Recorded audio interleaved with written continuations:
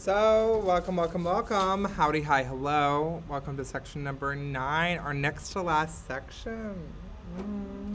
Sad. What are Sad. we gonna do? I don't know how y'all will continue, you know? Ugh. But the QR code is up for today for attendance. I think the question is, what's your go-to coffee order? Or tea, or boba? I'm a plain hot latte because I am like classic and a little severe. That's my mood. Um, but, few things. It's been really lovely meeting with y'all over the past few days and doing like mid-semester check-ins. If we did not get a chance to meet and you wanted to meet, send me an email and I'm going to try to find some times next week as well. But no, it's been a great and a very chaotic way to spend some afternoons. Um, yeah, so mid-semester feedback form. About 60% of the class has done it as of this morning. So again, we're trying to get to like 85-ish%. So if you've not filled it out, try to do it tonight. I'm going to be sending one last reminder announcement around like 6 p.m. that's like, hey, we are currently at this percent. Please fill out the feedback form. Because I know we won't have much time in section 10, I did want to address some of the feedback. So I spent like an hour and a half kind of like diving through it and just reading everything last night and taking some notes. Yeah, and so I'm just going to comment some things. A lot of the areas have like very mixed things. So like for specifically section, some people are like, I love that you give us a couple minutes to try a problem on our own, then we can come together and do it as a group. And other people are like, that's wasting valuable section time where like it's hard to even know where to start a question, and so it would be better to do this as a group. And then I saw like one or two suggestions that I really like of like, what if we did more of a kind of like asking for a student volunteer to kind of help work through the question, and then we do like one-on-one questions back and forth so that we're kind of seeing a new process and that we are like giving some more time and space to think other than me just writing an answer. So that's something I want to try, particularly in section 10. Most of the problem solving we're doing today, we're doing as a whole group. Just because of the nature of these problems, we're going to be doing a lot of kind of like talking about things together. So, one piece of unhinged feedback that I got from y'all is like more than 20 people of the 35 that submitted it said that they want section to be longer, which I've never heard of in my life. I would like, because I always feel bad because I regularly go 5 to 10 minutes over, mostly just because I'm like, I know if you give me 7 more minutes, I can make it worth your while in terms of like getting across a key piece of information. But it's really hard to like prioritize which information to cover and not cover. And so, I don't know, one idea, I don't think that it could be done this semester, but for the future, would be maybe having something like a 2-hour, a 90-minute, and a 1-hour section. 1-hour sections for students who mainly want problem solving and want to see kind of harder examples. 90 minutes, kind of what we're doing now, which is like a mix. And then the 2-hour would be one that's a little bit slower, more time for questions, and can focus on more kind of foundational things. And so that might be a way to kind of incorporate the feedback, but also just like everyone wants different things out of it. And it's also things like the quizzes. Some people are like, I love the quizzes as a quick check on like verifying the kind of basics of lecture. And then other people are like, quizzes are truly a waste of time. Or I think one response called it just yet another deadline, which like, I hear you. Also people are like, we have way too much for the problem set. Like the problem set's way too long. We have so much practice that I can't start studying. Yeah. And then other people are like, this class has far too little practice. You need to be providing us with double the amount of problems. So it's a thing of like different people have different needs. In terms of practice problems, I think I've said this to like several small groups, but just to say it to everyone. On Monday or Tuesday, we're going to be releasing like 15 to 20 extra practice synthesis questions and box problems and then some line reactions, some mechanisms, just as extra practice for if you finish the practice exams with a key. So, and I say that because another piece of feedback was like, the answer keys need to be more detailed, which you're right. Like they are answer keys, they are not solutions. And so I was initially like, okay, I will sit down for 5 hours and record videos talking through it. And then Tim sent a very helpful email of like, can we divide and conquer? I would love to help like record some videos. And so we're going to try to do that. We're also trying to add more help room. Like Tim also is going to try to add some extra help room hours. We don't have a plan yet because truly I have been meetings and lectures and like with people since Tuesday afternoon. So I've not had a minute to like be alone and regroup. That wasn't at 2 a.m. and I will be able to regroup this afternoon and evening. So don't worry. Other things, I was very surprised that many of you described me as approachable, because the feedback I've gotten in past years is that I'm very intimidating. And specifically, like one kind of critical comment that stuck with me was like someone saying, after asking Colton a question, I felt like I was being judged for what I was asked, and I felt like he thought I was dumb. And I was like, ooh, I'm doing a misstep in terms of the energy that I'm placing out and like how that is received. This year, I think I've tried to be a lot more upfront, that like I am just very blunt and like I'm very direct just because of the time pace of the course, but it is not a I don't believe in you situation. It's just how do I directly get to the answer, you know?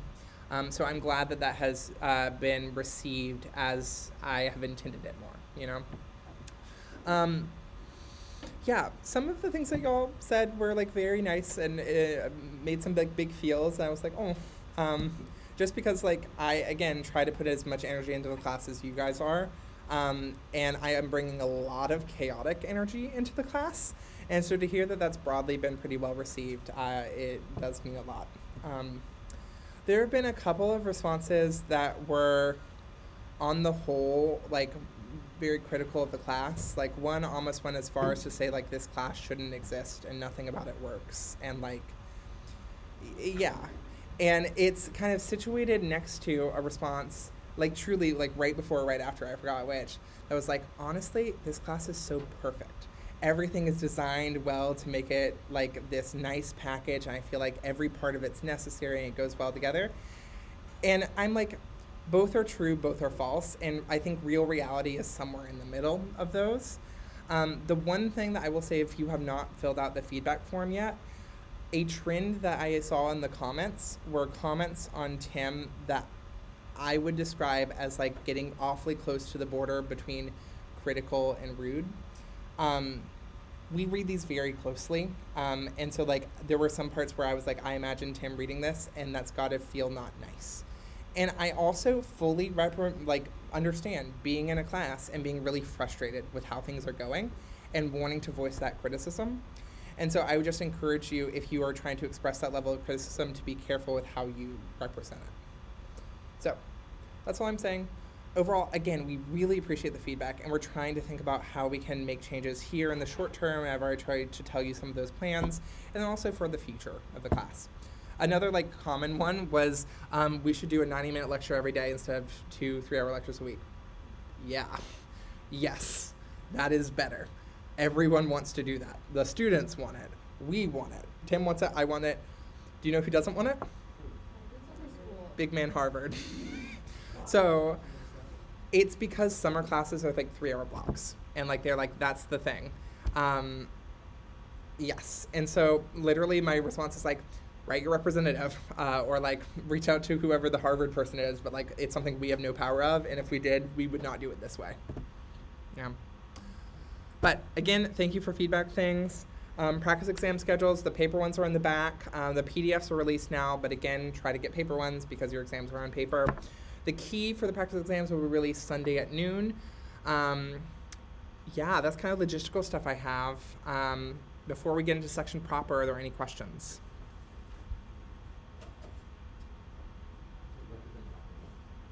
Not on exam 2. Mm-hmm. It's short. It's like problem set 3 where it's like 15 pages because it's only on one lecture. Yeah.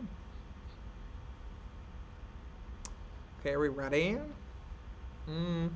So we have 3 big things to talk about. 1 is radicals and radical mechanisms.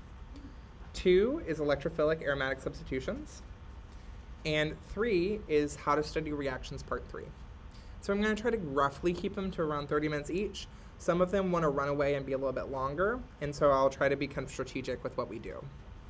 When in doubt, I'm recording sections, and I recorded the 10 a.m., and in 10 a.m. I got to everything. And in fact, there was like an extra synthesis problem that we had as optional to do, where I was just like, Because some people want longer, because some people don't, what I'll probably do is I will formally end the section at a certain point and say, if you want to stick around, I'm going to wait for a minute or two, and then we can do a synthesis problem. Or we can talk about whatever the next topic is.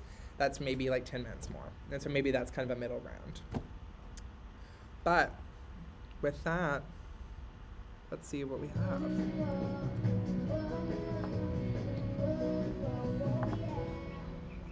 So radicals. One thing that's helpful when you learn a fact, like a trend in chemistry, is seeing where you can spot that trend and apply it in other contexts. So you already learned and know pretty well the carbocation stability trend of tertiary is more stable than secondary is more stable than primary, and then resonance stabilized is even more stable than that. The radical stability trend is exactly the same, so nothing new to learn here. And it kind of makes sense. In a carbocation, you are missing 2 electrons. In a radical, you're missing 1 electron. Both of them are electron deficient, so anything that you can do to get electrons closer to it is going to be helpful, is going to be stabilizing. So we have the stability. There's one difference between carbocation stability and radical stability. Do you remember how we said primary and methyl carbocations just fully will never happen? Because like for the leaving group to leave, it would create this such an unstable molecule that just can't happen. So primary radicals can form. They are typically not going to be formed in the first step, but things get a little messy in radical mechanisms, and so they can be formed as an intermediate, and we will see one today, so it'll pop up. That's really the only difference. So let's talk about our general radical mechanism, our kind of prototypical one for this class. It's going to be radical bromination of an alkene. So we start off with like HBr, it's going to add H and Br, but for this reaction, we want it to add anti-Markovnikov. So our more electronegative thing is the bromine, and if we're doing anti-Markovnikov, do we want it to add here the left side or the right side? Right side, because here this right one's less substituted. It has 2 hydrogens on it, whereas this one only has 1. So this would be our anti-Markovnikov product. And the way we get HBr to do anti-Markovnikov instead of the normal Markovnikov is we add some sort of unstable bond, which we let you just represent as ROOR. And this is a case where you can write ROOR on an arrow for a line reaction. You don't need to specify what the R groups are for this specific one. And then you either need delta for heat or HV for UV light. And I made a little FYI box that talks about some of these kind of reagents that could be used as your ROOR equivalent and like light versus HV, kind of what they're doing. This is more extraneous. The big thing that you need to know is you need to have a bond that's easy to break, and oxygen-oxygen bonds are easy to break and split apart with radicals. Same like an NBr bond. Typically, it's any single bond between 2 electronegative elements would be a good one to break. So let's jump into the mechanism and see kind of what's happening. So the mechanism of a radical reaction is kind of a 3-act structure. The first act is initiation, which is almost always the same. Like if we ask you to show the initiation of a radical bromination, these are going to be easy points of just like regurgitate these arrows. And basically the goal of this first act is we want to get Br dot, which is going to be our main radical that will interact with the alkene. So what we do is we start with our unstable bond, split it homolytically, which means each of the atoms in that bond gets 1 electron and split evenly, versus heterolytically, where 2 electrons go with 1 of them. And then we get 2 RO dots. Then RO dot interacts with an HBr molecule. You split the HBr bond. This has 2 electrons in it. One of the electrons is going onto the Br, and the other one is combining with RO dot to create an OH bond, and now it's just an alcohol. So that gets our Br dot. We're done with phase 1 initiation.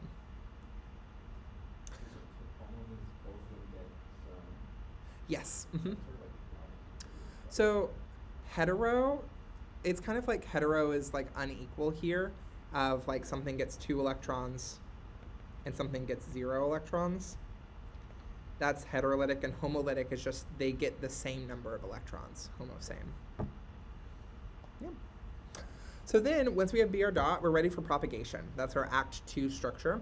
And this is where the base and like main part of our reaction happens. So the first step is you break the pi bond here, and one electron from the pi bond goes and combines with Br dot and makes this carbon-bromine bond. And the other electron from that pi bond goes onto the other carbon. Now, we could have done this, where we put the bromine on the left and the bromine on the right and the radical on the left, or we could have swapped them, because remember, we could react with both sides of an alkene. So why do we have this as the major one that's formed? Why do we not do the bottom one? Which one's more stable as a radical?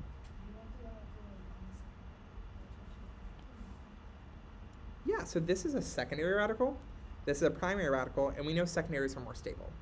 So if you have a choice of which one you're going to make, you are always going to go with the more stable one. So that's why you make this one versus the other. I think it's also good at this point to compare this first step with the first step of the Markovnikov like HBr addition to alkenes. So in that first step, what you grabbed was the hydrogen first, and then you made the most stable carbocation, which was the secondary one. But here, the first thing that the alkene grabs is the bromine. Both of them are putting this unstable intermediate, either the radical or carbocation, in the same position, but it's just about who is that first thing that is added. So again, when it's an acid, it's a hydrogen, and that's how we get the Markovnikov. And here, it's bromine first, and that's how we're going to get the anti-Markovnikov. So from here, another HBr molecule floats by, and it splits up its single bond, creates another Br dot, and then creates a carbon-hydrogen bond here, and we wind up at the anti-Markovnikov product. So at this point, you might be like, we are done. But you said that this was a 3-act structure. So this is where the movie goes on like a little bit longer than it should, where there's like 20 minutes that should have been cut, and then it's like, God, why did you waste my time? So Act 3 is termination, and basically it's things that get rid of radicals. So in propagation, you started off with a radical, you end up with a radical. You kind of propagate that signal. You are going to have radicals the whole time. But here, if you combine 2 bromine dots, then you get Br2, no more radical, terminating. Similarly, you could take this intermediate from the mechanism and interact with Br dot, and you could get a dihalide side product. But again, you're likely going to have a lot more HBr than you're going to have a Br dot. So it's going to be a minor side product. In my 6 years of working on this course, we've never asked you to draw termination steps. Some classes are very intense about it, and they want you to draw all the possible side products because they want you to know what's in the beaker. We don't. Yeah. So free radicals are talking about radicals here. And actually, like, that is a great connection that you will learn about in Chem 27 a little bit if you go on to take it. So, yeah, you essentially have some molecules that can do radical chemistry that are like floating around in the cell, that if they see like radical species or reactive species, they like, hi, I'm going to bond to you and then take you and destroy you. So antioxidants, those are things that go and bond to the free radicals and make it so that the free radicals don't damage things like your DNA. So, fruit. Cool. And then the other thing where this is relevant, because you are going to see radical chemistry in Chem 27 if you go on to take it, is y'all have heard of the cofactor FAD or FADH2, right? So she's in like the Krebs cycle, electron carrier. Those flavin cofactors do radical chemistry. And so you'll learn the mechanism of like how does FAD carry electrons to the electron transport chain, which honestly, sign me up. Like I was so on board for that. I was like, that's really cool actually. So this is the really standard textbook mechanism for radicals. Your radical questions will not be this. This is too easy. And it's because radicals can do some kind of more interesting chemistry and accomplish things that's hard to do otherwise. So 2 things that it can do that are interesting, all this happening in the propagation phase, are they like to open rings and form rings. And you don't know many reactions that do that yet. Like there are some, like ozonolysis splits open a ring, but these kind of weird steps, you have actually enough background to get it. But we need to have a method or a process or a tool to go from our basic version to the harder examples. So let me introduce this strategy to you, which is my personal go-to strategy on every mechanism question I've ever done, and then it makes the mechanism questions into a fun little game rather than like a scary nightmare. So, first thing that we need to do is we need to number our carbons and try to map the starting materials onto the products, find some sort of anchor point to latch on, and then start numbering and try to figure out where things go. We're going to be practicing this together, so you'll see it. The second thing is make a make and break list. So, like, what bonds needed to have been made or broken by this reaction? And then every arrow that you do is kind of checking off those goals. One thing when you're making your make-break list is watch out for hidden hydrogens. Because let's say there was a reaction here that added a bromine. The way I've drawn this product, you could have gotten this from like an alcohol, right? Like you could have gotten this from like OH. But what if I actually meant for you to know that, hey, we also added a hydrogen, right? Like we did an HBr thing. That hydrogen we're not going to draw out. But often when we do the HBr mechanism, we are adding a hydrogen somewhere. So check, is there a hydrogen that I added somewhere that I just didn't write out explicitly in the product? And then also you'll start to pick up some of the norms of these reactions as you kind of move through them. Like one of the norms that's a little weird at first is these single fishhook arrows, which you do have to specifically draw these. You cannot just draw the like double fishhook arrow because this thing says that 2 electrons are moving. This thing says that 1 electron is moving. So that, and then also most radical mechanism steps, you're going to have 3 arrows in one step. Da da da da da da da da da. And that's just that's a little bit more than a normal like double fishhook arrow. But let's jump into it with this first practice from the skill builders. So if we look at this, what tips us off that we are in radical land? Sure. Yeah, let's think simpler. Like if we see ROOR and we see delta, this says radical land. You're totally right, opening a ring tells you it, but like that's not like a surface level fact that's easier to notice, you know? But we do see the ring opening, and we're like, okay, someone cooked here, something happened. Cool. So let's start like numbering our carbons and figuring out where things go. Like right now, it's hard to see a straight chain in the original molecule. Like there are ways that we could try to do it. So maybe let's use the first step of the mechanism to help us. So what is the first thing that interacts with the alkene? Be a radical. And so that step where we add the bromine anti-Markovnikov to the alkene, that's the first step. So even if our mechanism does funky things, the first step is probably going to be the same, right? So let's look where our bromine is in the product and be like, okay, that's probably the first step, and that added anti-Markovnikov to the alkene. So I actually think this blue star is this blue star. Do you all buy that as like that is a valid first step that probably you didn't mess with, and so that can be our anchor point? We can try it. Let's see. So I'm just going to number the original, starting going on the edge, 1, 2, 3, 4, 5, 6, 7. And 1, 2, 3, 4, 5, 6, 7. There are different ways that you could number them. You just have to be kind of consistent with what you do. And then let's start to make our make and break list.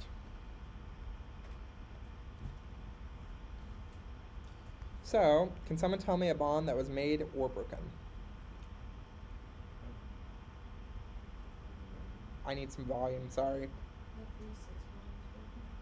The 3-6 bond was broken. Great. And for here, you don't need to be real formal. Like, this is just a tool for you. We're not grading your make and break list. 3-6, yeah. What else? I need a little bit louder, sorry. Yeah, I'm gonna write that as like 1 bromine. Because here, just to distinguish which carbon. Yeah. Pi 1, 2, and that should go in the break. And then pi 2, 3 we made. And is that it? Mm-hmm. So, you gave it away. We added a hydrogen. How can we figure out where we added it? And so I'm going to hope that not everyone heard the number. But like, maybe if I was like, well, did we add a hydrogen to two? I could check. I had one hydrogen in the middle and original, and then one at the end. So we didn't add a hydrogen there. And so we can go around and check. And if we check 6, like Georgia suggested, 6 had one hydrogen originally. Now it has 2. This is that whole hidden hydrogen idea. So we need to make a 6 hydrogen bond. Yes. I also did not mean to discourage you by giving the correct answer. Cool. So I think that that's our make and break list. Let's start the mechanism like normal, and then we know that it's going to do some weird things in the middle. So we start off just drawing the initiation, like copying down the initiation steps verbatim from here. So can you write them out really quick, and I will write them out? And it's just reproducing it quickly because those are easy points.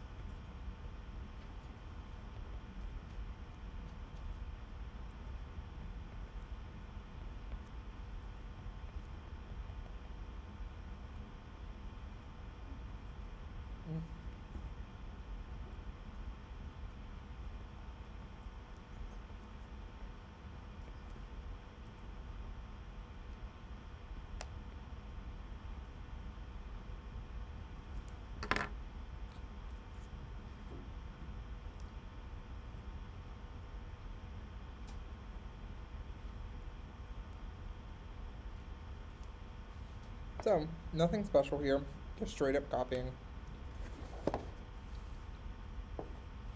So now, let's do our first step that we already said was the one that was going to happen, of adding our bromine anti-Markovnikov. So, we would have these come together, and then an electron from the double bond would line up on our carbon too. And maybe I'll do my numbering in orange.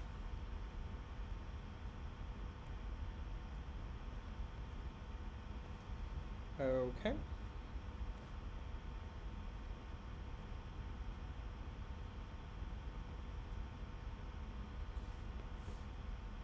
One, two, three. Or what's the 1, 2, 3, 4, 5, 6, 7, 8, 9, 10, 11, 12. Do you know? That was before your time. That was Schoolhouse Rock. Wow. Ah, yes. Yeah, the conjunction, junction, what's your function? Taking in words and spitting out phrases. It taught us grammar with cartoons because it was the late 90s, early aughts. But, okay, here we are. Which goals have we accomplished?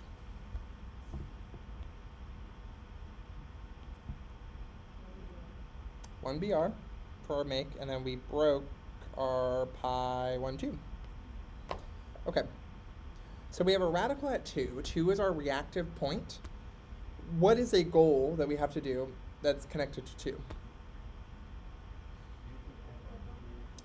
Great, so somehow we want to do something where this radical is probably going to fold in to make the pi bond there. Now we could do something with like the 6H here, but the thing is, like, this 6 is boring right now. It doesn't have a radical on it. It's kind of basic. And so we're probably not going to do that step. Okay, well, if we put in 1 electron here, we need another source of electrons. So if we need more electrons in a radical mechanism, we are breaking a bond. And what bond are we trying to break? 3,6. So let's take 1 electron from 3,6 bond, fold it in, make a pi bond. And the other one, put the other electron on 6, the other partner.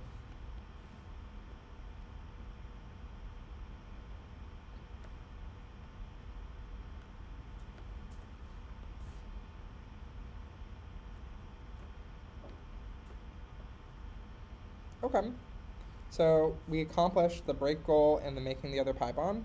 Last thing that we have to do is add the hydrogen. So this is just from the like textbook mechanism of an HBr comes along. And 1 electron goes with the Br. And then 1 from the H goes and reacts with this carbon radical. And that gets us to our product here. And when we do that, we are going to be spitting off a Br dot that can go to react another day. No. But just also like the idea of propagation. We started with a radical, we end with a radical. It's a thing of like I was like Pavlovian conditioned into drawing it every time, and so now I just kind of have to. So, do you see how this one again is very different in some ways from the original, but is also like if we do this process and we can map it and make our goals, it's manageable. Like we have the hints for what we need to do here. So let's try this together on a harder one. This is challenge problem 7. So the first thing that you do is you look at it and you panic. Weird things are happening. We have like a 3 and a 5 membered ring before, we have a 6 membered ring after. Somehow we made a ketone. What is our tip off that we should be doing radicals for this? HV. This says that we're doing UV light, so we are thinking about radicals. And we don't have ROOR somewhere, so we should be looking for a single bond between 2 electronegative elements. Do we have one of those? Yeah, which one?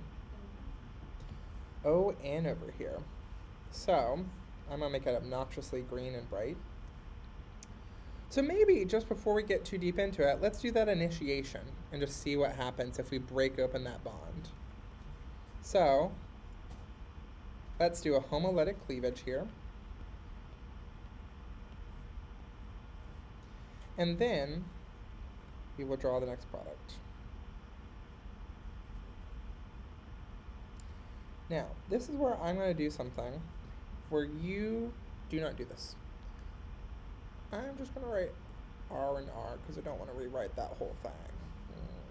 Generally, if you have like a single R group off of something and you want to say at some point R equals this, and like you circle it and then you can use R. Here it's tricky because the R is a ring on 2 sides, so you would need an R1 and an R2, but then those need to be connected. That's just not worth it. Y'all just draw this. I'm just not, because I don't want to. So, we are going from this to this, and maybe now is the point where we start trying to map things on. So what do you think would be a good anchor? What's an atom where you're like, I'm sure that this atom is this atom? Yeah, this nitrogen seems pretty securely in that spot. So then you can start numbering in either the starting materials or the products. I'm going to start in the products this time. So I'm going to count the carbons above it. 1, 2, 3, 4, 5. And so this is probably carbon 1 right above the nitrogen. 2, 3. And then, 2 carbons diverge in a tetrahedral intermediate. And I was confused at which one I should call 4. So, which one should I call 4? Should I do it like 4, 5, or 5, 4, or does it matter? Second one's better? Why do you think 5, 4 is better?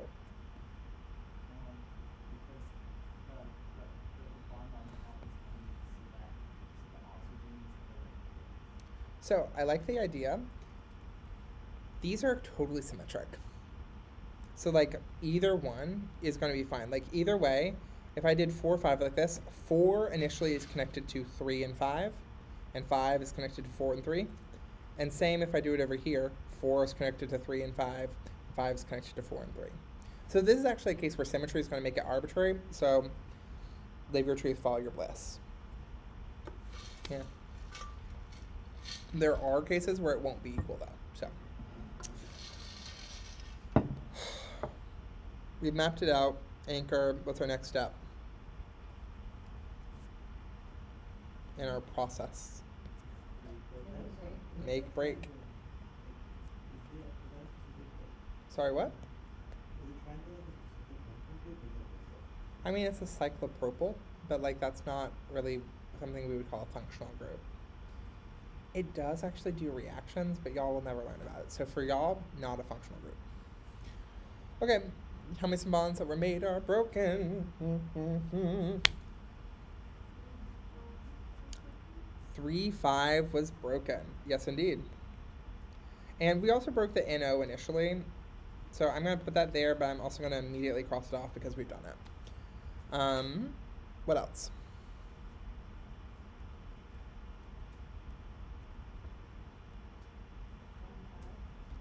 N5, good. N5 needs to be made. And then others.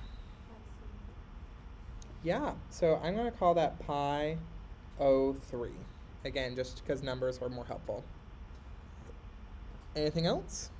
Any hidden hydrogens? Not for this one. Because, like, the hydrogen would have come from, like, HBr. We're not reacting with HBr. Like, if you look at this, this does not look like a mechanism or a reaction that we've given you. It's a molecule doing its own weird radical rearrangement thing. But we do have the tools. We 100% have the tools to do this. And you're going to see that this is relatively easy once we've done this analysis. So, okay, we have our goals, our make and break. We have a radical on nitrogen and a radical on oxygen.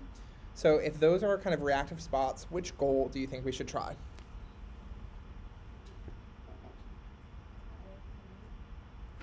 Sure, pi O3.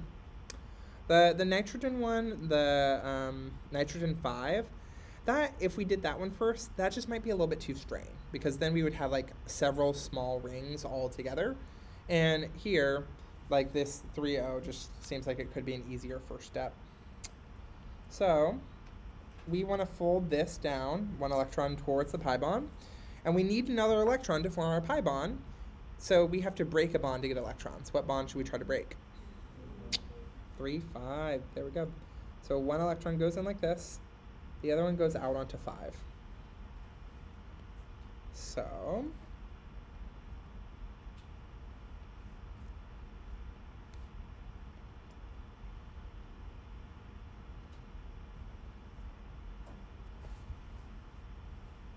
with this, we have made our pi O3. We have broken our 3-5.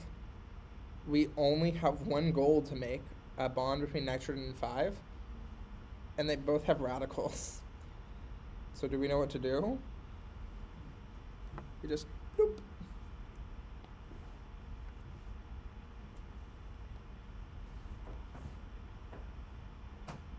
Oh no, keep writing a double arrow. No, I want it to look nice. That's bad. Oh my god. Come on. So here we are, and that just takes us directly to our product. So this, even though it looks scary, it looks like this random transformation that just y'all were not taught directly, is something that you totally have the tools to figure out. And again, for any radical mechanism question, I always do this entire process. One thing I want to flag here is what type of radical is this? It's a primary radical. And again, we would not form something like a primary carbocation.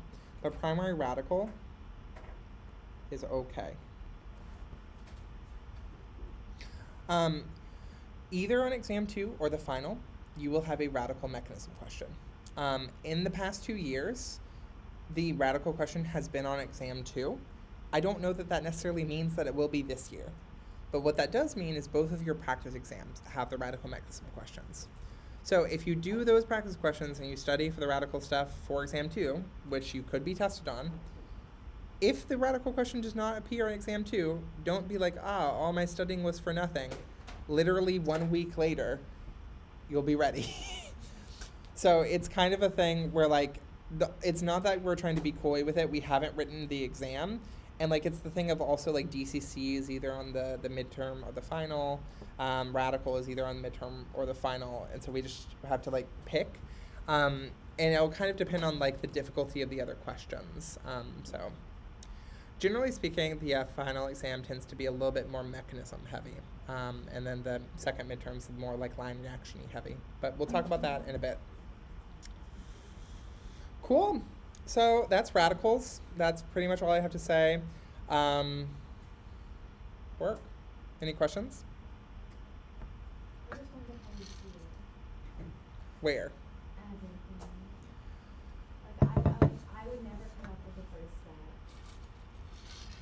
So, okay, looking out for it, like if you were doing this on your own and you hadn't done section and we hadn't just talked about it, yeah, it would be so easy to miss. Which is why we have to be like, okay, what clocks that this is even a radical question, the HV? If we have radicals, we need a bond that can homolize. And if we don't have ROOR, we need some single bond between two electronegative elements. That takes us here. And then it's kind of trying to follow that process a step at a time with something that's such a like weird transformation that does feel overwhelming. And so I would encourage you to take it a step at a time and also use this as part of the instruction so that you will know what to do next time you see HV and like a weird bond. Mm-hmm. The first step of breaking that bond between the two electrons, are we always going to be breaking something that's like between an oxygen and or what are other things that we should be breaking? So this was the FYI box here. Like one of them is nitrogen and bromine. This one's oxygen, and those are esters. Would you give us more than one amount and we have to like try to No, not at all. It should be, there will only be one option. Yeah. Cool.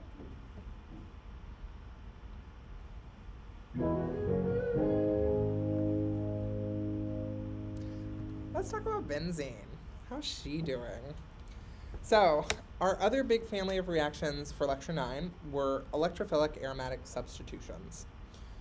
So, aromatic, we're talking about aromatic rings. And what do y'all know about aromatic rings? Are they really stable or really reactive? Stable. So like the double bonds in an aromatic ring are not going to do any of the alkene reactions from lecture 8, the alkene additions, because they're so stable. They're like, I'm happy resonance. Y'all go out. You have a good time, kids. But aromatic rings, they are a like source of electrons with all this conjugate system, but they're not very reactive. So in reactions, they are going to be nucleophiles, but they are bad nucleophiles. So what that means is if they are going to do reactions, they need a really good electrophile to kind of make up for it being a meh nucleophile that's like really stable and doesn't want to react. And those good electrophiles, we typically can't just store on a shelf. Like they are so reactive that they are only formed in situ. Of like you combine two things and then you have this reactive electrophile intermediate that's just like in a beaker for a limited time. And so that is kind of how we accomplish this. We call them electrophilic aromatic substitutions because in the overall reaction, we are substituting a hydrogen on the benzene for some electrophile. And in the reaction, the benzene is a nucleophile attacking some electrophile. There's also a family of reactions called nucleophilic aromatic substitutions, which honestly are cool, and like those were some reactions that got me pumped. Y'all never learned them. But if you're interested and you want more chemistry after this class, not right now, feel free to look them up. They're cool. You can do diazonium salts. So the general mechanism for all of these reactions are all the same. You have a benzene ring, the double bond goes out and attacks some electrophile. When you've done that, you break aromaticity. So like this is now an sp3 hybridized carbon. So this molecule wants to get back to being aromatic as quick as possible. And so something in the solution or the solvent is going to come along and deprotonate and restore aromaticity. We have to deprotonate this hydrogen because that's the one that needs to leave if we have done a substitution. So this is the general steps, and you do it for all of them. The kind of more intricate thing of each one, the reason why each one is a kind of more specific idiosyncratic thing, has to do with all of these good electrophiles. So I've kind of divided up the 6 reactions into 3 families. You have the Friedel-Crafts family, which installs carbons of some sort. You have the halogen families that installs a bromine and chlorine. And you have these deactivating acid families. So I made a web for this, and it's just much less scary than the alkene web. Like this seems quaint at this point. But you need to like memorize the reagents in order to do this for line reactions and be able to provide it, and then also spot the reagents and know like what adds. So typical studying reaction things. But I think it's also, when you're memorizing things, good to memorize what the structure of the good electrophile is, because that's going to be like a a guidepost when you're doing your mechanisms. So this studying of like which reactions do what, that's how to study reactions. That's stuff that y'all know the process of taking these ends. You know what you are going to do or have to do to study and internalize them. I don't think it's going to be super helpful to go through each specific one in section here. And instead, I'm going to talk about kind of some nuances about a couple of the reactions. I do want to touch on a couple of things. So I made a figure that I think will be helpful. So this figure is about making the good electrophile and how the good electrophile is attacked. And what I've done is I've taken the reagents that would be on the arrow, and I've drawn the arrows that are going to produce your good electrophile here. And so here, this is nitric acid and the structure. Here's the steps that it's going to make our good electrophile version. And then for all the good electrophiles, I also have written how benzene is going to attack it. And to save space, I didn't want to do a benzene the whole time. I wrote nucleophile coming and attacking here. And one thing that's a little bit confusing is I put a lone pair, just because it seems weird to just write nucleophile and not like something. But really, that's the benzene double bond that's going to be doing the attacking here. And so these blue arrows for each of them are like the arrows that benzene does when it attacks. So again, I will let you study it on your own. There will be some patterns that are common. So like, do you see how the arrows for these two are exactly identical? That's nice. You don't have to memorize as much. Also, do you see how these arrows are very, very similar as well? So try to look for those patterns to help you as you're studying it. One note, Tim used AlBr3 and AlCl3 in lecture. All of our resources, all of the problem sets and everything, use iron instead of aluminum when you're working with bromine, and it uses aluminum with chlorine. So both of them work. You would get full points for both of them. They're fine. It's just a thing of like, it's slightly better to do aluminum with chlorine and iron with bromine, and it has to do with like the size of the atoms. It truly does not matter. Both of them work. Just remember whichever one's easiest for you. But all of the problem set answer keys and my section materials use iron with bromine. Cool. So I want to zoom in more detail on these two reactions that added carbons. These are called the Friedel-Crafts reactions. And the basics of it is, let's say I had this R group was like a tert-butyl. Bum, bum, bum. What happens is this alkyl chlorine associates with AlCl3, and then AlCl3 becomes a really good leaving group, and she is just going to leave with the chlorine. And what you're left with is a carbocation, which I just wrote as like R plus on the section sheet. But what do you know about carbocations? They do funky things, they rearrange. And so each time we are thinking about doing a Friedel-Crafts alkylation like this, we need to draw the carbocation to ask ourselves, one, is it stable enough to exist? And two, would it rearrange? So let's see. Okay, well here we have the chlorine, the AlCl3. So if I were to try to draw the carbocation, the way I would do it is I would be like, oh, okay, I know that this whole thing is going to leave at some point. So let me draw my intermediate structure. That would form this carbocation. So is this a carbocation that could be formed? I'm seeing some shaking heads. Why is this a carbocation that could not be formed, actually? It's primary. You never make primary carbocations, so too unstable. This is the carbocation that would have to be formed from this if one was formed, but one cannot be formed. I just said formed a lot of times. So the correct answer for this first reaction I gave you, no reaction. Like, it's not going to do that leaving group leaving, and then it's not going to be a good enough electrophile for benzene to attack, so nothing happens. Okay, let's look at the bottom one. Here, if we try to cut off our chlorine and put our carbocation there, then is this a carbocation that could be formed?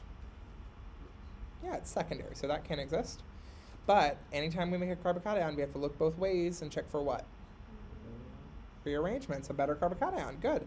So, could this do a hydride or a methyl shift? Yeah, which one? It can do a hydride shift. So we have a hydrogen here that can shift over. Well, so we have this carbocation now. And then our benzene is just going to attack that carbocation. So we know that this carbon right here is the carbon that needs to be added directly to our benzene. Yeah. 1 second. Can I draw the structure first and then you're good? So, we did the rearrangement. We got this tertiary carbocation.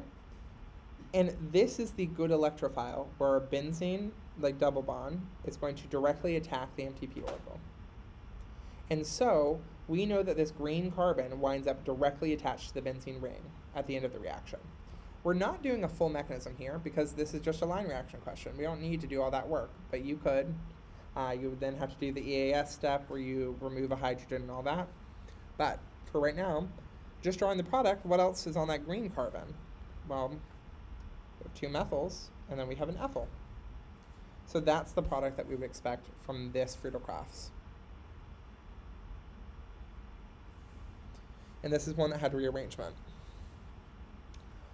What if, however, we wanted to get this product? Which, like, if this top one could have done Friedel-Crafts alkylation and not rearranged, or like if it could have even formed a carbocation, they would want to do this. So how could we get that to work? And to do that, we could use one of the other Friedel-Crafts reactions, which we call Friedel-Crafts acylation. So for Friedel-Crafts acylation, it looks kind of similar, where what you add is, you can draw the same exact chlorine and carbons over here, but instead of an alkyl-chlorine, which was what we had initially, we're going to do an acid chloride. So we're going to put a carbonyl on it. So if we add this acid chloride and AlCl3, what happens is it essentially glues this whole chunk over here to the benzene. So the product of it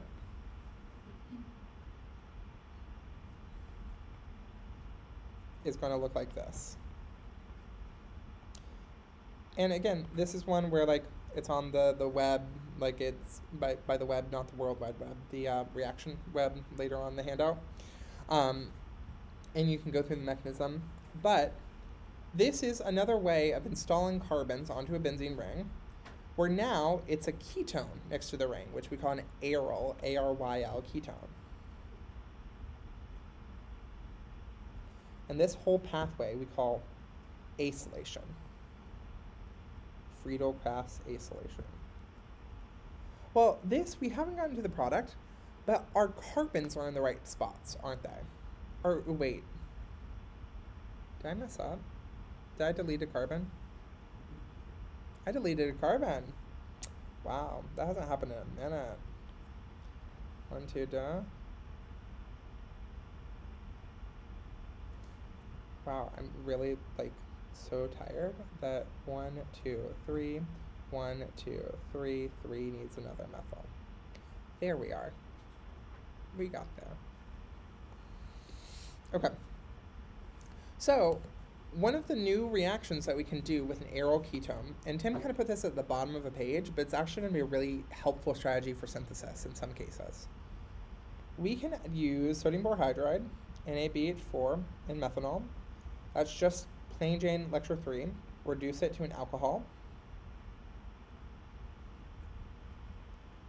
And then the new thing is, if we have an alcohol right next to a benzene ring, if we add H2, palladium on carbon, it's going to do a reduction that basically erases it and makes it just an alkane. And H2 palladium on carbon you've seen react with alkenes before. This is now a new reaction that uses H2 palladium on carbon, and this only works with aryl alcohols. So I'll maybe do like note. It would not do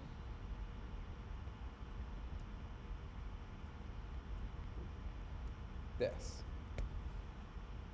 It has to be next to a benzene ring. So what this means is we have two routes to install straight up carbon chains. We could do the route here, which is doing an alkylation, where we would have to watch out for carbocations, or we can do this acylation route. And both ones are going to wind up with things that just look like we've added some carbons on the benzene. So that brings us to the next little exercise. For each of these, we can kind of start to try to think backwards of what would the structure be if we did Friedel-Crafts alkylation or acylation for this. So for acylation, when I'm thinking backwards, all I need to do is add a carbonyl right next to the ring and see if that's possible. That's possible.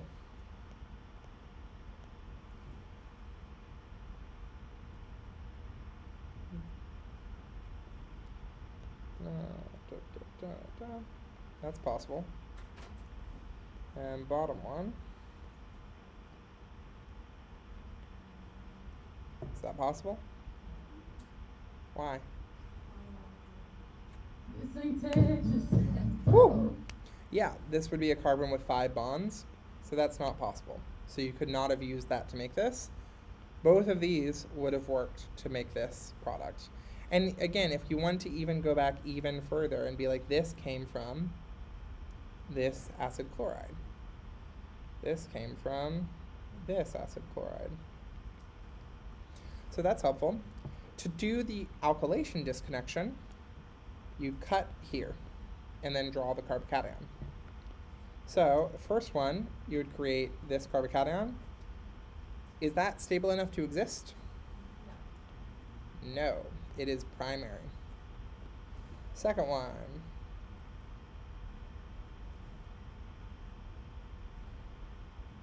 Is that stable enough to exist? No, and even if it was, it would rearrange, so that's not an option. Last one. Is that stable enough to exist? Yeah, it's secondary, so it works. So, if you wanted to make this product at the bottom, you would need to use this. If you wanted to make these other two top products, you would need to use the acylation route. And again, this is just kind of like a nuanced thing, which is why I want to explore it a little bit more, even with these just kind of reaction basic things. Cool. Yeah. I have a question. So for the first one, in practice 3, he said there would be no reaction. If you were just given these reactants and then the ALCN3, Mm-hmm. wouldn't we be able to draw something where it would rearrange? Maybe it would So, be a product that was not to draw, but it's you would be able to get to this.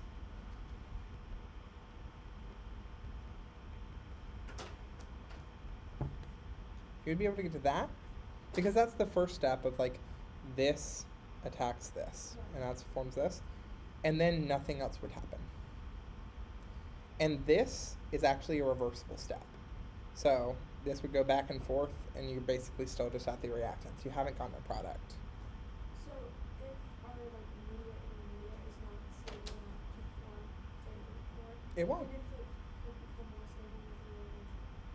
But the thing is, it's kind of like saying, if the first step is impossible, but then it could get more stable, would we do it? No, because the first step where we would have to form a primary carbocation just would never happen. And so that's why our first question is always, is this possible? And then would it rearrange? Yeah, great question. So this, we are still staying on EAS reactions, but we're going to pivot to this other topic within it. So I will play the transition music. Let's do, ooh.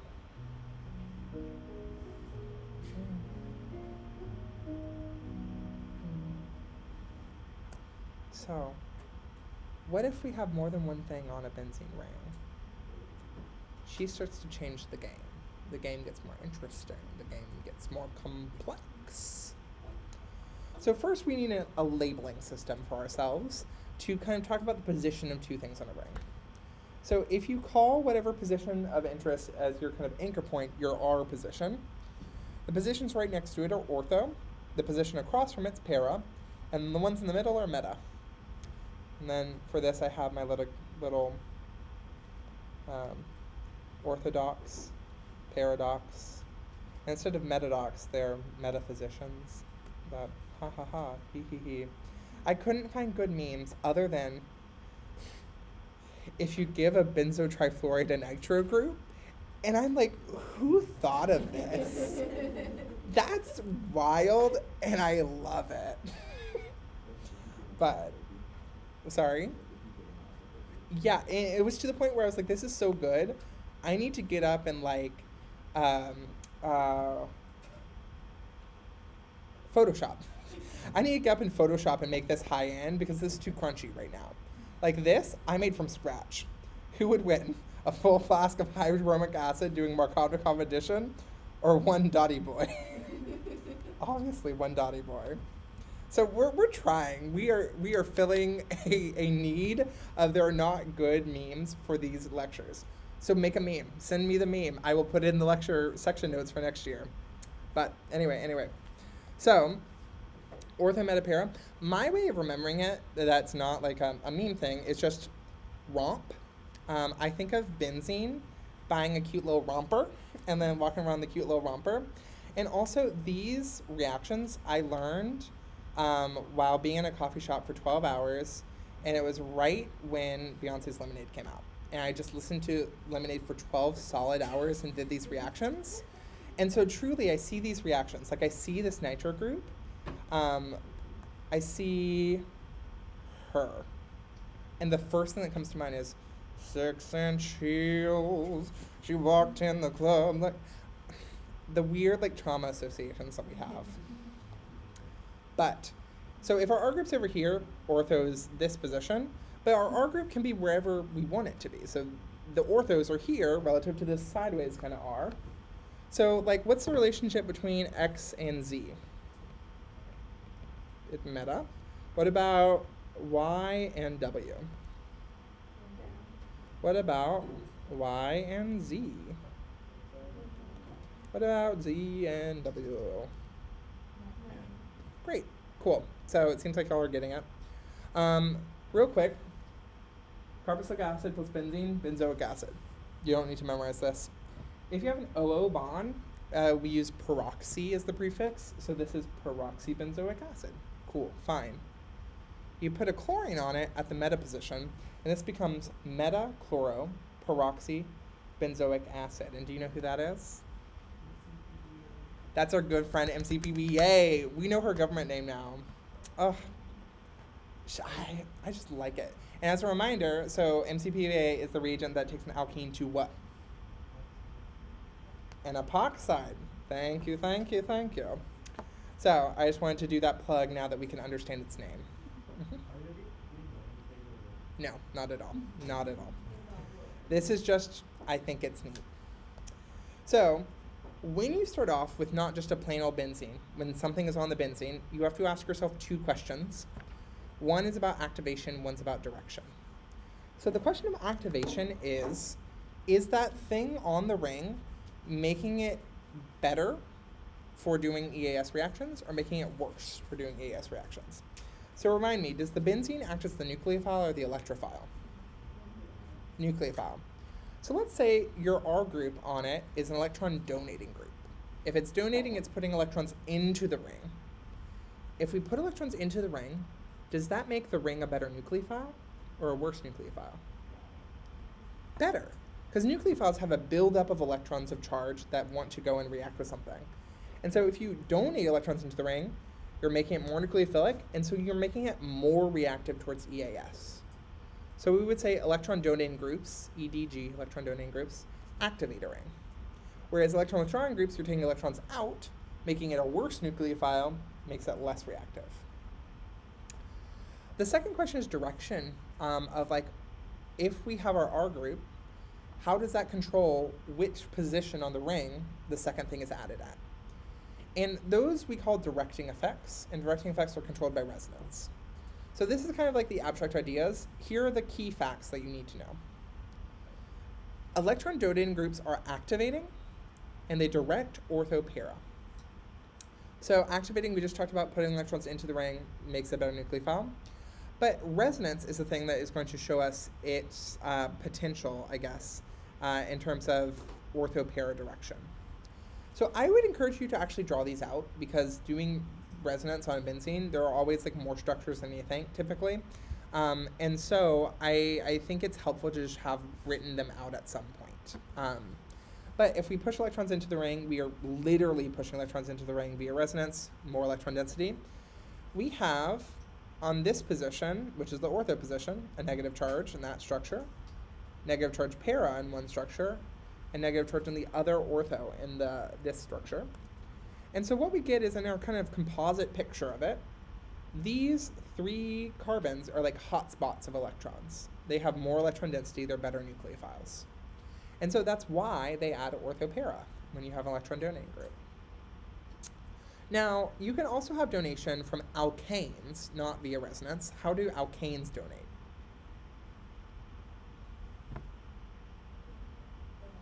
Dots. What do you call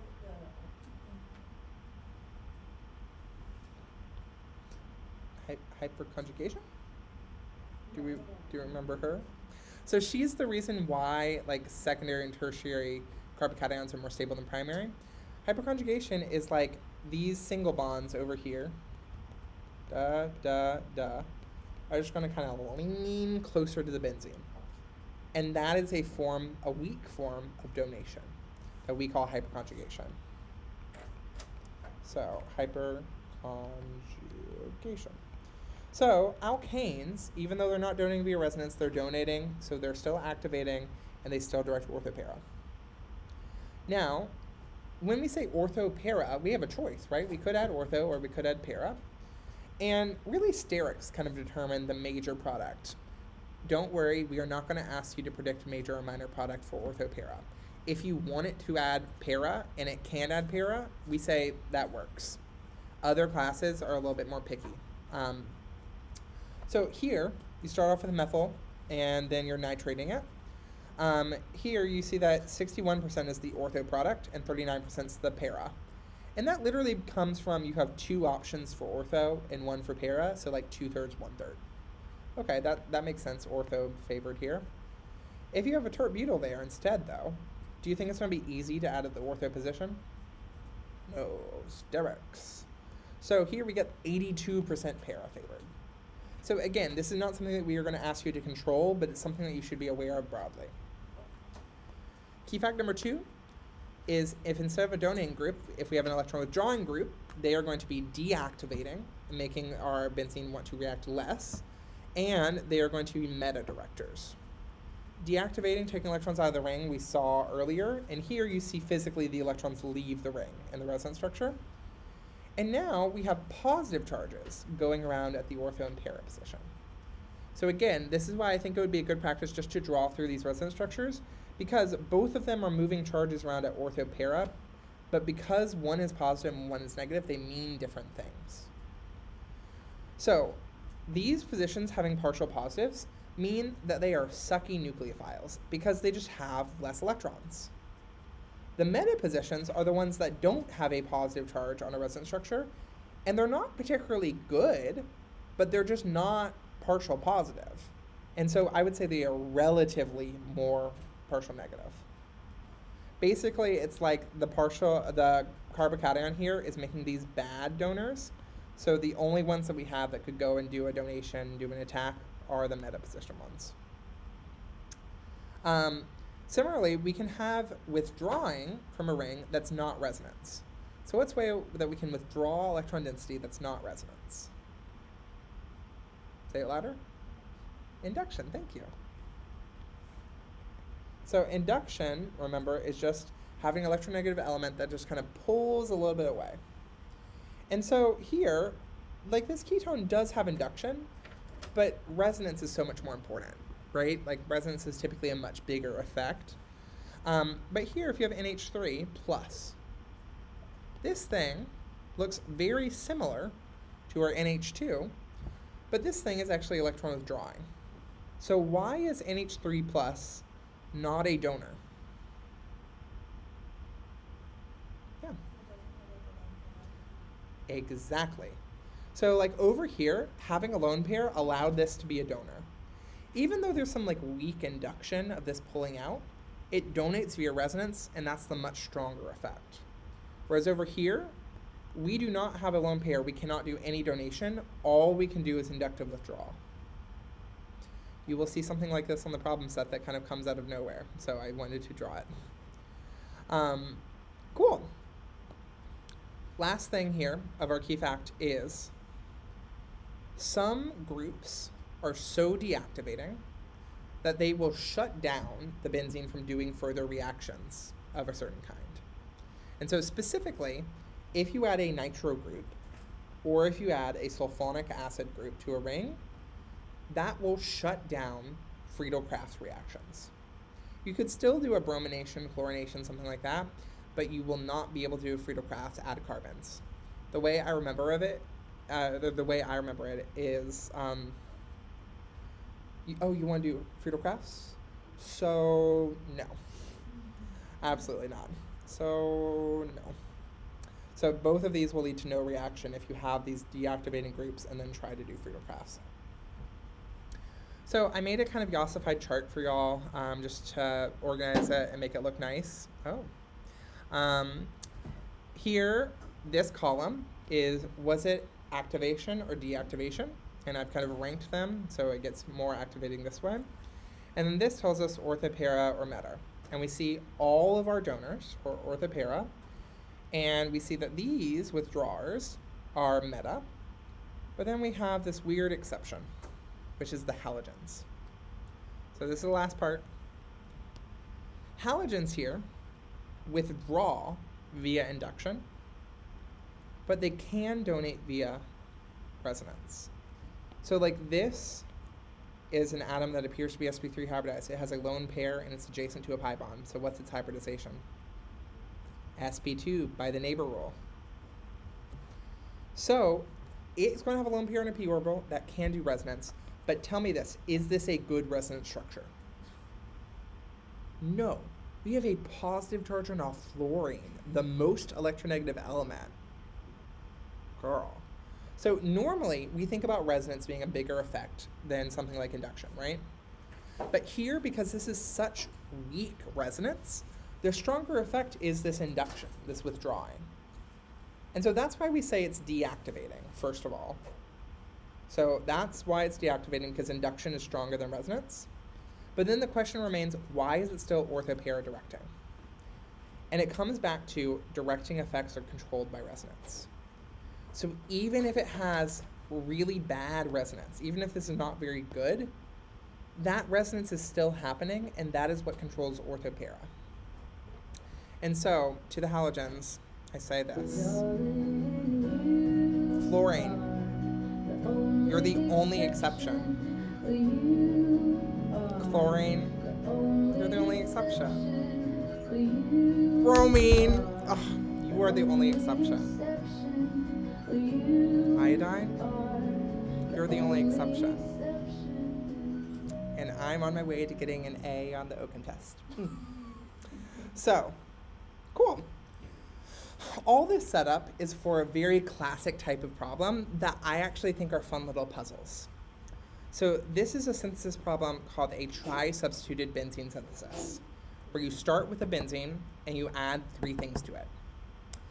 So when you do this, the hard part is not what are the reactants, because we assume that you have your study method, you're going to be able to memorize those reactants and be like, yes, Br2, FeBr3, H2O3, H2SO4. And then this one, remember, an alkyl chain, we always have to check, did we do alkylation or acylation? So how could we check if this was alkylation or not? We draw the carbocation. So the carbocation would be this. Is that stable? No. So we know that this thing has come from Friedel-Crafts acylation.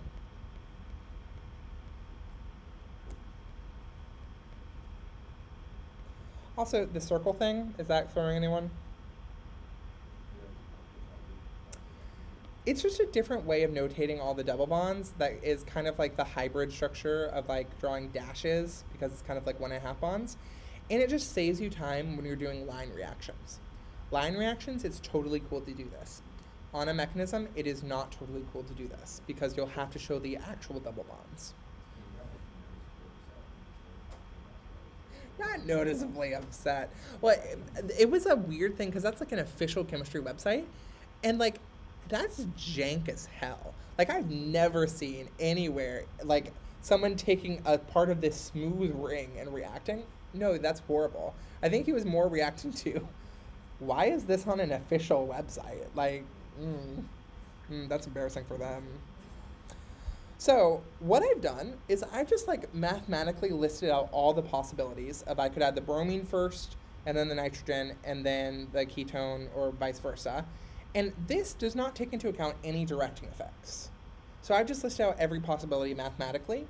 You are not going to do this on every problem, but just for the sake of argument and seeing it, I want us to go through and see which of these possibilities would line up with our directing effects and be like a good route versus which of these would suck.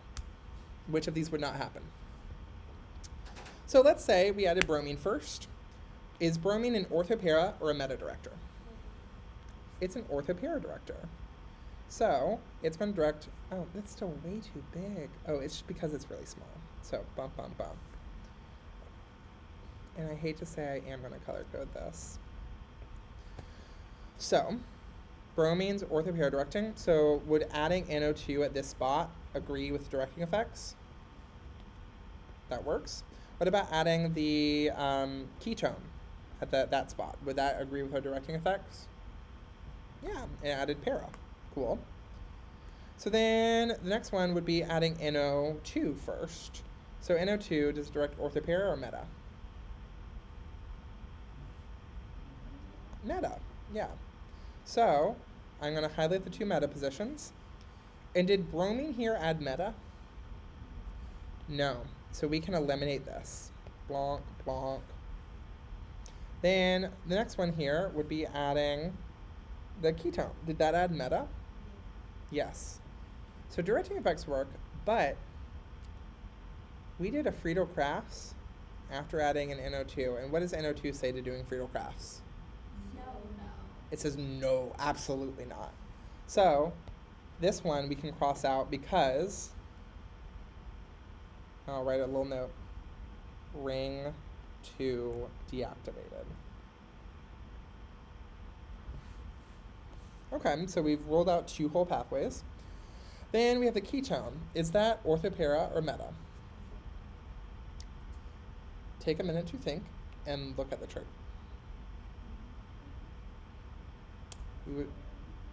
It's meta. So it is an electron withdrawing group via resonance. And so withdrawing groups direct meta. So here, did this bromine add meta? No. So we can eliminate that route.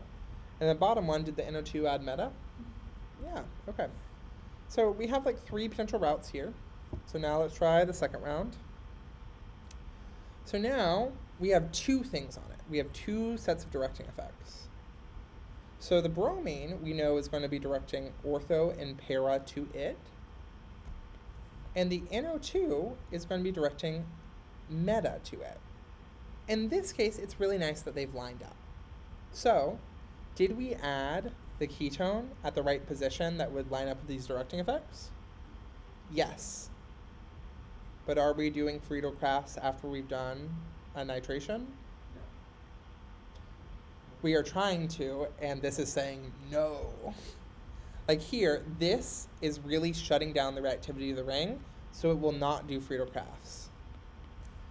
So I would write here, ring 2 deactivated. Okay, second pathway. The bromine's going to direct orthopara to it, and the ketone's going to direct meta to it. The directing effects overlap, which is nice. And then did we add NO2 at the correct position, directing effects-wise? Yeah, that works. And here, but yeah, this whole pathway works. So like this order, blah, blah, blah, is going to be our happy face order. But just checking the last one down here.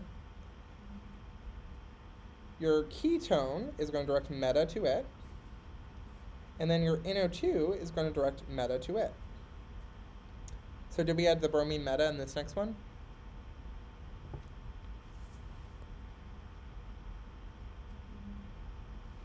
No.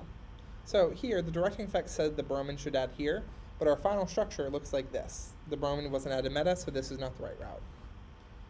So this whole process I kind of did for the sake of argument, but this is not what you were going to do on an exam.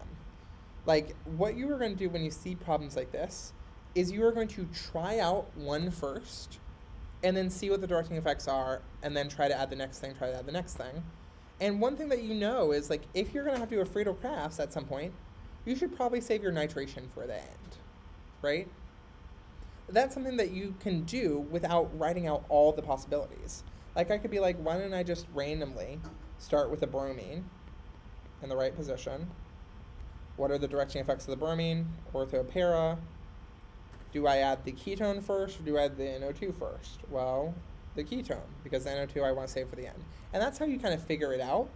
But this is also just kind of seeing all of the options and kind of fully going through some of those directing effect ideas. So, it's hard.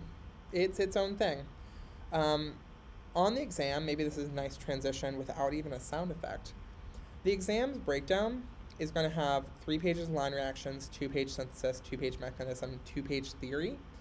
And for theory questions, it's going to be like, is this orthopara directing or meta directing? You have 2 things on it that have different directing effects. Which one wins? Is a molecule aromatic or not? Is this substituent ring activating or deactivating? Those are kind of the main ones. So a lot of theory questions come out of lecture 9. The other types of theory questions have to do with SN1 or SN2 and or like carbocation stability. So those are kind of the main types of things that you see. Yeah. How do you know which one is Like which directing effects win? So I make a little FYI box over here. If you have multiple directing effects, whichever one is the stronger activator wins. So like here, OCH3 versus alkyl group. This one's the stronger activator, so this is where things were added. Yeah. If you have 2 withdrawing groups, you still go with whatever's more activating. So, like, let's say I had a ketone here, and then instead of all this, I had a bromine. Which one is more activating between a ketone and bromine? Bromine. And it's because it's less deactivating. And so it is the one that would win. And, like, they're skill builder pages. Yes. Mm-hmm. And there are a couple of skill builder pages devoted to that, and you'll see it on the practice exams. But we are now on to How to Study Reactions Part 3. I do feel like this is going to be important for y'all and that y'all want to see it. And I'm just going to go until 35, and then I will stop. But Exam 1's challenge was y'all are new here. You're new in town. What are molecules? Here are all of these different skills that you're having to put together, and also doing your first reactions, baby's first reactions. That's a lot. That's a notable challenge for the first exam. Exam 2, y'all live here. Like, this is home. Y'all are, like, chained up prisoners, but this is home now. You know, like, basics of, like, arrow pushing. The challenge is you have 80 reactions. And if you look at this breakdown of questions, about 5 of the 9 pages really are focused on line reactions or synthesis. And so, in order to do those types of questions, you do need to have the reaction basics down. So that was kind of How to Study Reactions 1 and 2, learning the, like, what are the reagents, what is the product really quickly, what's the mechanism. That work needs to be done before you can do the higher order thinking about it. And in terms of timeline, the way I'd recommend trying to do it, this is going to sound intense. Try to get like 90% done with the problem set by like tomorrow at noon, and then go into reaction basics. Really, like, you want to be focusing on exam studying as early as you possibly can, as much as you can, because that's going to be far more important than getting a good grade on the problem set. Don't like do a hack job, but like try to be really like on point with it. Reaction basics, getting all those things of being able to provide the reagents, getting to where you can do the mechanism quickly and the product quickly. Try to get that down for all the reactions by like Sunday, Monday. Then Monday through Wednesday is going to be focused for practice and like higher order studying. Higher order studying is the strategies I'm about to talk about, but you're not going to be able to do those strategies or do things like synthesis until you have the basics down. So really devote a couple days to it. So let me like talk about the issues for the higher order studying. Once you like know the basics of the reactions, and now you have to deal with the fact that you have like 80 something reactions. There are two big issues. One is the tractability issue. Right now, the reactions feel very spread out. They feel intractable. And so something in your studying needs to engage with that spread out feeling and compartmentalize and organize it. And the way I advocate for engaging with that is focusing on those reaction families. Like, for example, lecture 3 has 3 main families: the organometallics, the hydride equivalents, and the reversible carbonyl additions. Think about how the reactions in a family are connected to each other. What are they all trying to do? Why do you have different flavors of the same reaction of like Br2 versus Cl2? Or if you do Br2 and alkene and you have a solvent, why do we have that flavor? And think about how they're connected within a family. And then the thing that I would recommend doing is getting a single sheet of paper somehow, and in a really just like pragmatic way and not a way that's going to take an hour, try to think about, okay, I have like 12 families of reactions. That's one more manageable than 85 reactions. And try to think about visually organizing them on a paper as your like little toolbox of like, I have this family here, and then do some little brainstorming and thinking of ideas of the reactions there. Do not do a sheet with all of them that has all of the mechanisms and all of the line reactions that you need to make perfect, because it's not a good use of your time. But I think it is good to just map out broadly, where are these families and how can I visualize them all together. So that's tractability. Then integration is, we teach lectures as one-off kind of lectures, and each lecture focuses on a different type of reactivity or a different type of functional group, and the problem sets test you on those lectures, the new lectures. And so when you're thinking about for an exam, you need to work on the scale of integrating those lectures so that you can easily bounce from lecture 3 to 7 to 5 to 9 to whatever. So there are 3 strategies I want to tell you about that I think will be helpful for you when you're doing that integration issue, which again, in order to do well, you have to have the basics down. Strategy 1, I call nature walks. So you start just with a small molecule. I'm going to start with an alcohol. And then you just ask yourself, what can I turn this into? And no agenda in mind, just like turn it into things. Okay, I could do TSCl pyridine. It's an OTS. Okay, it's now a good leaving group. I don't know, maybe it's not great, but I could do like NaCN because it would be secondary here. Then I can get a CN. And then nitrile. I don't know, what if I do lithium aluminum hydride, ET2O, into H plus workup. That's going to reduce that, and now it's 1, 2, 3 carbons and an NH2. H2. Okay, I have an amine. I could add a ketone and do an amine. I was actually more thinking like carboxylic acid and DCC. Yeah, like, I mean, it's just kind of try to combine these in creative ways to just see where it could go. Of like, oh, okay, I made this. Well, then I could reduce it and make a secondary amine, and I could turn that into an enamine. Like, it's allowing you to engage in kind of creative thinking, brainstorming, without a specific problem-solving thing in mind, which takes away a little bit of frustration. And it also shows you how you can start with simple things, and you can start to build pretty complicated molecules at this point. Like, the type of problems that y'all are capable of doing now versus 5 weeks ago is insane. So I really like the nature walks as like a gentle way into it. So for strategy 2, do y'all have friends? Specifically friends in the class. Yeah, I know some of y'all are friends. So, what you should do is get together with your friends and, mixing friendship and business, tricky. Get this in writing. Get a text, get a email. Say, by this date and time, I am going to write 2 synthesis questions and send them to you, and you are going to write 2 synthesis questions and send them to me. So, what that looks like is you try to write a synthesis, and if you want to be a little competitive with your friend, try to trip them up. Try to give them something tricky. Try to stump them.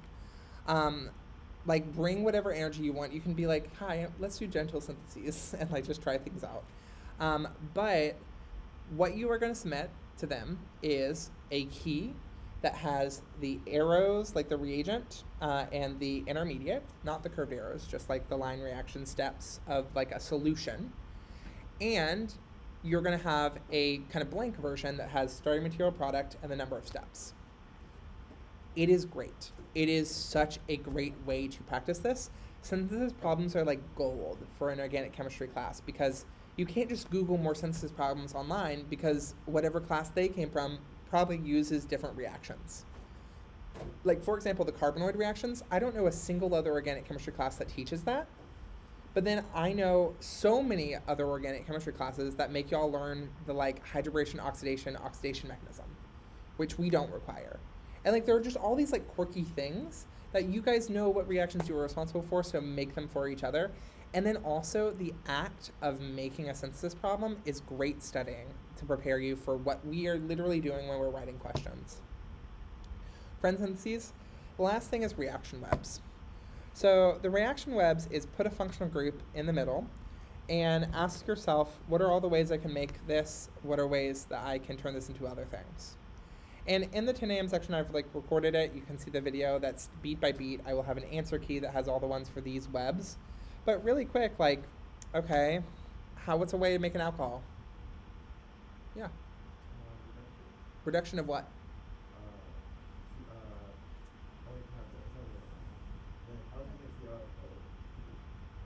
So what functional group should we start with for reducing? Sure, let's try carboxylic acid. And I would actually label the functional group in each one of these just because thinking in functional groups is helpful and it's just an extra step. And then you do your lithium, aluminum, hydride. God, I don't want to write up. H4, Et2O, 2, H plus workup. So that's one way of doing it. We could have also reduced an aldehyde, right? And used the same reagents. We could have also reduced an ester and done double addition to esters. Do you remember her from your Pavlovian conditioning week 2? You could have started from an ester. You start with an alcohol now. What things can you make from an alcohol?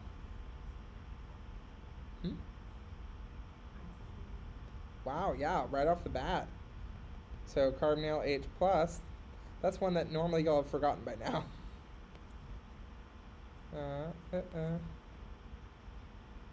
Gosh, I can't even draw the acetal. Great. Acetal, what else? I'm not drawing it, but yes. What else?